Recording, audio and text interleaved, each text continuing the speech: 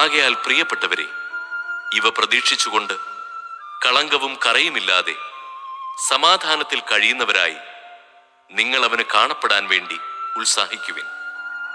നമ്മുടെ കർത്താവിന്റെ ദീർഘക്ഷമ രക്ഷാകരമാണെന്ന് കരുതിക്കൊള്ളുവിൻ. നമ്മുടെ പ്രിയപ്പെട്ട സഹോദരനായ പൗലോസ് തനിക്ക് ലഭിച്ച ജ്ഞാനമനുസരിച്ച് ഇക്കാര്യം തന്നെ നിങ്ങൾക്ക് എഴുതിയിട്ടുണ്ടല്ലോ.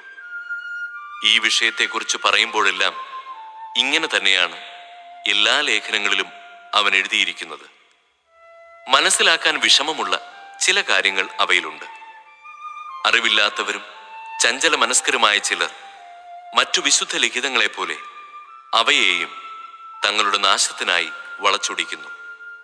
ആകയാൽ പ്രിയപ്പെട്ടവരെ, ഇക്കാര്യം മുൻകൂട്ടി അറിഞ്ഞുകൊണ്ട് ദുഷ്ടരുടെ തെറ്റിനെ അനുകരിച്ച് നിങ്ങൾ സ്ഥൈര്യം നഷ്ടപ്പെടുത്താതിരിക്കാൻ ശ്രദ്ധിക്കുവിൻ.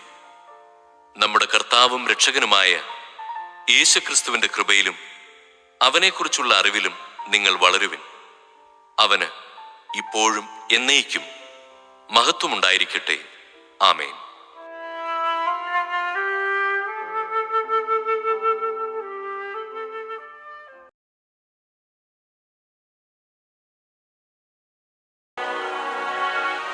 നിങ്ങൾ വിധിക്കരുത്, നിങ്ങളും വിധിക്കപ്പെടുകയില്ല. കുറ്റാരോപണം നടത്തരുത്, നിങ്ങളുടെ മേലും കുറ്റം ആരോപിക്കപ്പെടുകയില്ല. ക്ഷമിക്കുവിൻ, നിങ്ങളോടും ക്ഷമിക്കപ്പെടും. കൊടുക്കുവിൻ, നിങ്ങൾക്കും കിട്ടും. അമർത്തി കുലുക്കി നിറച്ചളന്ന് അവർ നിങ്ങളുടെ മടിയിൽ ഇട്ടുതരും. നിങ്ങൾ അളക്കുന്ന അളവ് കൊണ്ട് തന്നെ നിങ്ങൾക്കും അളന്നു കിട്ടും. അവൻ ഒരു ഉപമയും അവരോട് പറഞ്ഞു. കുരുടനെ നയിക്കുവാൻ സാധിക്കുമോ? ഇരുവരും കുഴിയിൽ വീഴുകയില്ലേ? ശിഷ്യൻ ഗുരുവിനേക്കാൾ വലിയവനല്ല. എന്നാൽ എല്ലാം പഠിച്ചു കഴിയുമ്പോൾ അവൻ ഗുരുവിനെ പോലെയാകും. നിന്റെ സഹോദരന്റെ കണ്ണിലെ കരട് നീ കാണുകയും സ്വന്തം കണ്ണിലെ തടിക്കഷണത്തെ ഗൗനിക്കാതിരിക്കുകയും ചെയ്യുന്നതെന്ത്?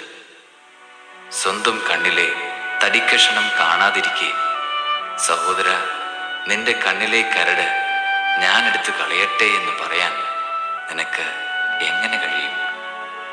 കപടനാട്യക്കാര, ആദ്യമേ നിന്റെ കണ്ണിലെ തടിക്കഷണം എടുത്തു മാറ്റുക.